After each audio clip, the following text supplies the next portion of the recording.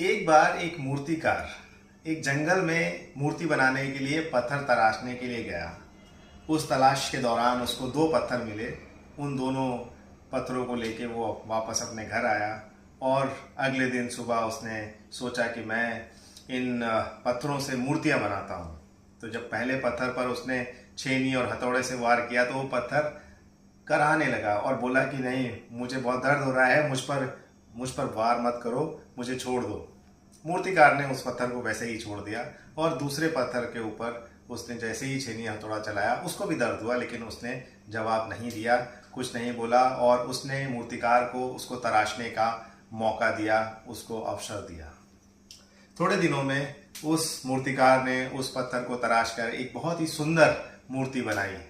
कुछ दिनों के बाद त्योहारों के टाइम पर गांव वाले एक मूर्ति खरीदने के लिए उस मूर्तिकार के पास आए और वो मूर्ति देखकर वो बहुत खुश हुए और उनको खरीद कर अपने साथ जब जैसे ही ले जा रहे थे तभी उनकी नज़र उस पत्थर पे पड़ी जो साइड में रखा हुआ था। उन्होंने सोचा कि इस पत्थर को यहाँ पर बेकार ही पड़ा है, इस पत्थर को भी ले चलते हैं, कुछ ना कुछ काम ये भी आ ही जाएगा, और वो उस पत्थर को भी साथ ले गए। उसके बाद त्योहारों के टाइम पे उस मूर्ति का भव्य तरीके से प्राण प्रतिष्ठा हुआ और मंदिर में उसको स्थापित कर दिया गया। लेकिन जो पत्थर वो साथ लाए थे उस पत्थर को उन्होंने मंदिर के बाहर ही रख दिया और उस पत्थर का उपयोग लोग नारियल फोड़ने के लिए करने लगे। एक दिन रात में वो पत्थर जोर जोर से रो रहा था, तो मूर्ति ने उससे पूछा कि क्या हुआ, क्यों परेशान हो, क्यों रो रहे हो।